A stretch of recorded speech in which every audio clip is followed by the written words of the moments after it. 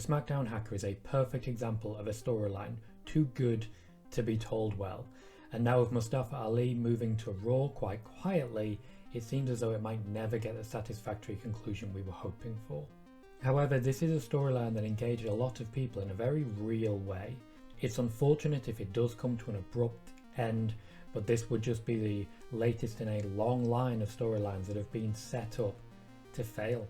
I'm Tom Colohue, please take a second to hit the like button while I go into detail as to why. Now, the wrestling business exists to make money. I know that's not a surprise to anyone, but let me build up to it a little bit. Getting people over is the main way they make money, because if someone is over, people are more willing to spend money on tickets for them. However, it's not just as simple as winning matches, even though that is often referred to as going over. There are a mountain of different ways to get over with a mainstream crowd, and the Hacker storyline was designed with this in mind. As an example, The Rock, the perfect example for pretty much anything, didn't just get over by being good in the ring or on the microphone.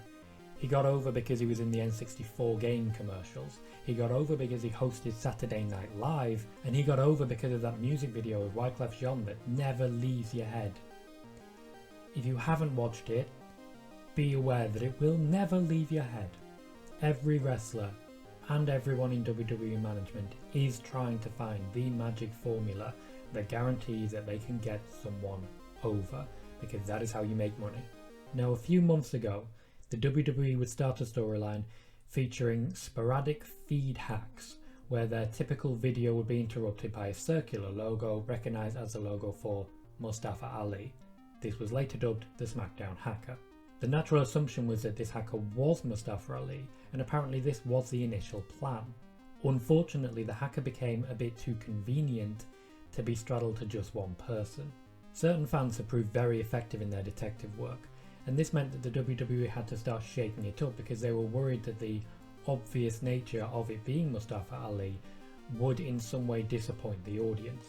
They tried to compensate for this by doing different vignettes, particularly vignettes in which Xavier Woods recorded audio that would be distorted to mask his voice. Apparently not distorted very well.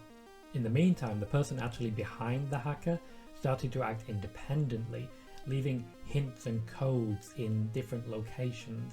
And by locations I mean he would give location codes that would give the names of certain towns and certain places, leading towards an overall story arc. This all pointed to something major just around the corner, but it never came.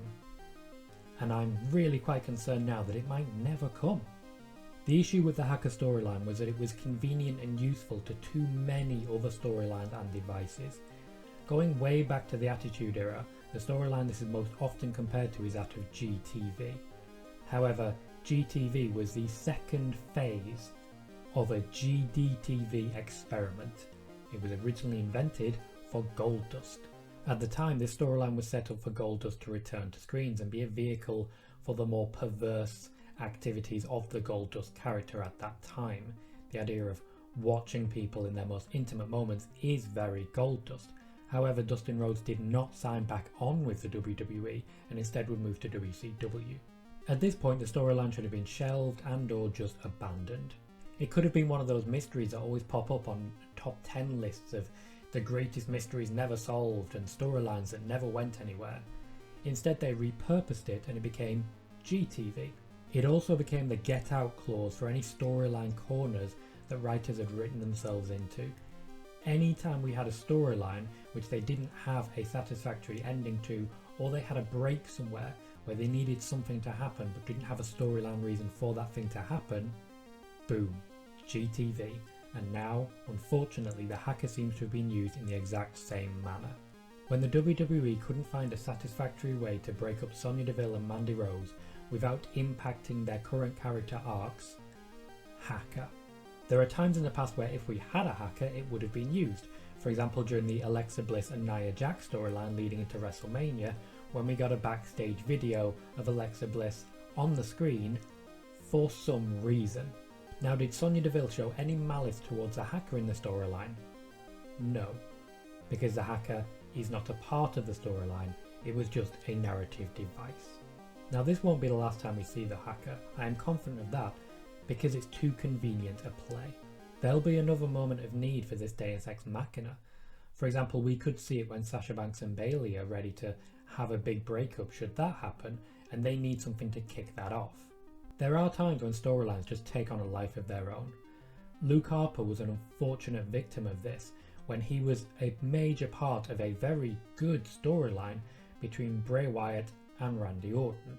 Luke Harper unfortunately was too useful and thus outlived his usefulness and then had the rug pulled out from under him at a real inopportune time when they could have changed the story slightly and we could have had something very satisfying. Examples of this are also in mainstream media. There is an episode of the TV show Community which features a lot of fake gunfights and a fake night school at a community college which definitely is not fake. The writers have spoken at length about the fact that they wrote scene after scene after scene to try and end this thing in a satisfying way, until eventually they took the easiest possible option and just took something that was dropped on their lap even though it was guaranteed not to be satisfying. Something about gun safety. Yeah, that's a fair message, but it's not a satisfying one. My worry is that this is where the hacker is going. A fair ending, but not a satisfying one. And that's a real shame for something that genuinely caught the imagination of a lot of people. Now with Mustafa Ali moving to Raw, I don't think anyone would be particularly upset if the hacker started to appear on Raw. I don't think anyone would even be upset if the hacker turned out to be the obvious choice of Mustafa Ali. Predictability is not a bad thing if the storytelling is good. However, if in a couple of months someone like Sami Zayn comes down to the ring in a black mask, pulls it off and says, "It was me, Austin. It was me all along." Austin, don't believe him. Right now, the hacker is not what it was originally planned to be. The storyline has been claimed for convenient use. As fans, I urge you to get on social media and try and reclaim this. It was a very good story, being very well told, and I think it deserves a satisfying conclusion. Hopefully in future I'll be doing more of these in-depth videos. I really got a very satisfying response as regards the last in-depth analysis on how WWE is using Google rankings and SEO to plan their storylines out. I found that incredibly satisfying and I felt extremely proud of that video. And hopefully long term you'll see a lot more of these. I've got a few planned in the works, an examination of the word over and what it means, and maybe something on the value of Brock Lesnar to the company. But for the meantime, thank you to everyone who has watched, everyone who's clicked like. Thank you very much to anyone who watched the last video and the response I got there. I've been Tom Colohue, and thank you very much for joining me.